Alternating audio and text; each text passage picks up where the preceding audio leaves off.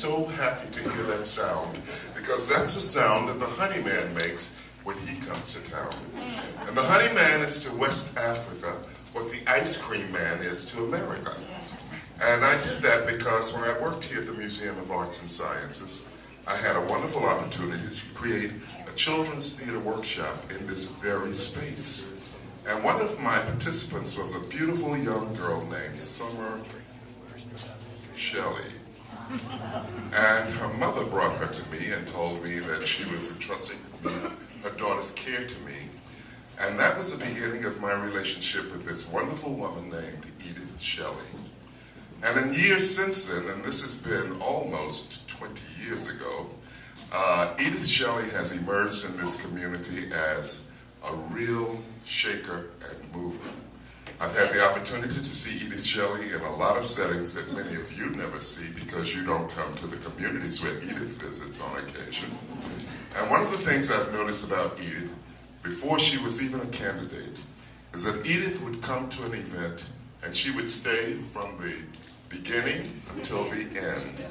Unlike many politicians who pop in to make their political campaign speeches and leave, Edith Shelley is not that kind of person. Edith Shelley has been resilient in this community with supporting things that I personally believe in, like the arts, and just the ability for children to grow up in a community where their self-esteem can be nurtured with love and care.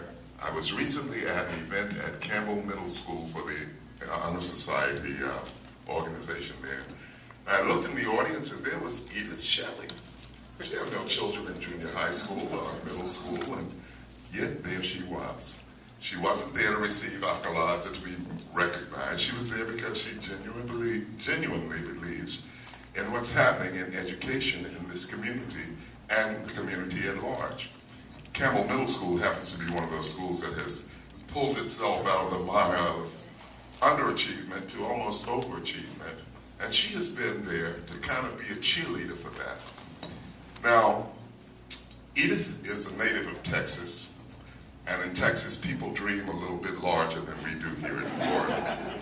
And they kind of stick to their guns, and they make things happen. And Edith can also be identified as a shaker and mover, because she is. Not because I'm here to give her some fancy accolades that she's not deserving of. I'm just here because I would have been here about 5 minutes early if one of those traffic lights were timed a little differently. Edith, we've got some very long traffic lights in this community. I live here. And I know that if Edith is our mayor, that some, well, that's your script. I mean, you're doing my script. And I have to be subjunctive mood because that makes everything contrary to a fact. When it becomes a fact, it's when. And I think that will happen. And it's going to happen because of supporters like you, me, and others who have had enough chutzpah to just show up tonight. And the word of mouth in this town is better than the news journal. It is. You want something done? Or you want somebody to know something? Just tell anybody, and it gets through this community like wildfire. APUPI can't do a thing against the gossip community in this town. But Edith Shelley is here, and she and her husband have really lent themselves in their love of this community to being active. You know, there are people who talk the talk and don't walk the walk. Well, they do both. They talk the talk and they walk the walk. And I'm so happy that you have taken the time to come this evening just to let Edith share with you some of her visions and her plans and her hopes for this wonderful town we live in. And remember, I moved here from another great town called New York City. And New York really pales now in comparison. When I go back there, I can't wait to get back to Daytona. But Edith, you have really made my life in Daytona hopeful because of the wonderful work that I see you do. And ladies and gentlemen, it is my honor to introduce you now to Edith Shelley, the next mayor of Daytona Beach.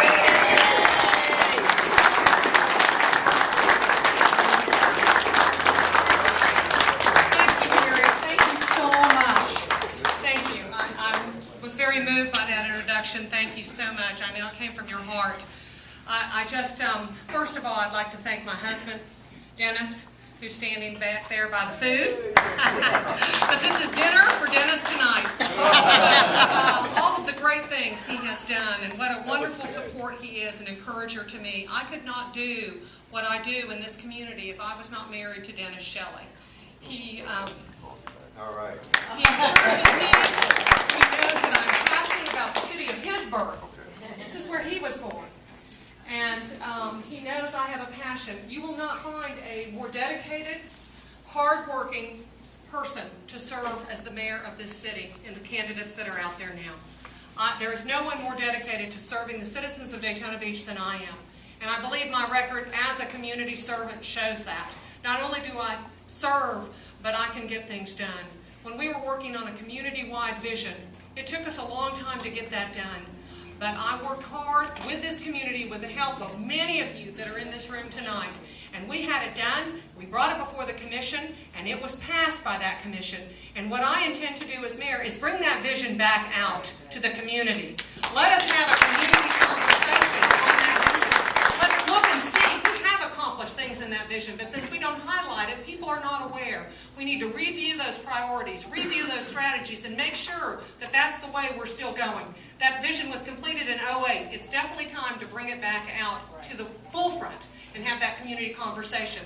I know economic opportunity is huge in this community. We have to create that atmosphere that encourages development and investment in this community. We have local businesses. One of them, Kevin Bowler, was just here, just left. But Daytona Beverages is expanding here in Daytona Beach, creating new jobs in this city.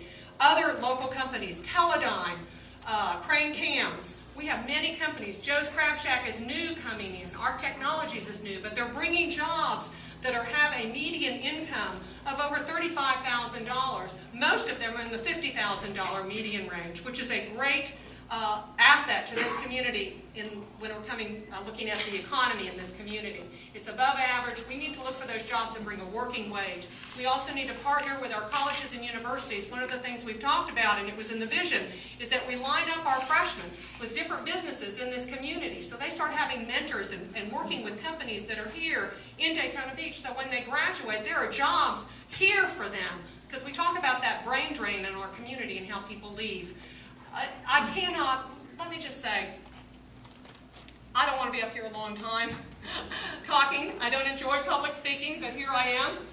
But I want each and every one of you in this room to know I could tell a story about everybody in this room and how much your support has meant to me, what you have done to help me along the way, what you have done to bring me to this point. And I cannot do it without you. It is not, as much as people say it's about me, it's about us. It is about this community and the people of this community, and I look forward to working with all of you. I need your support. Sign up for signs, sign up to volunteer. It is not a lone person project. It is for all of us, and I promise you that I will work hard for you in these next 4 years. I am a doer.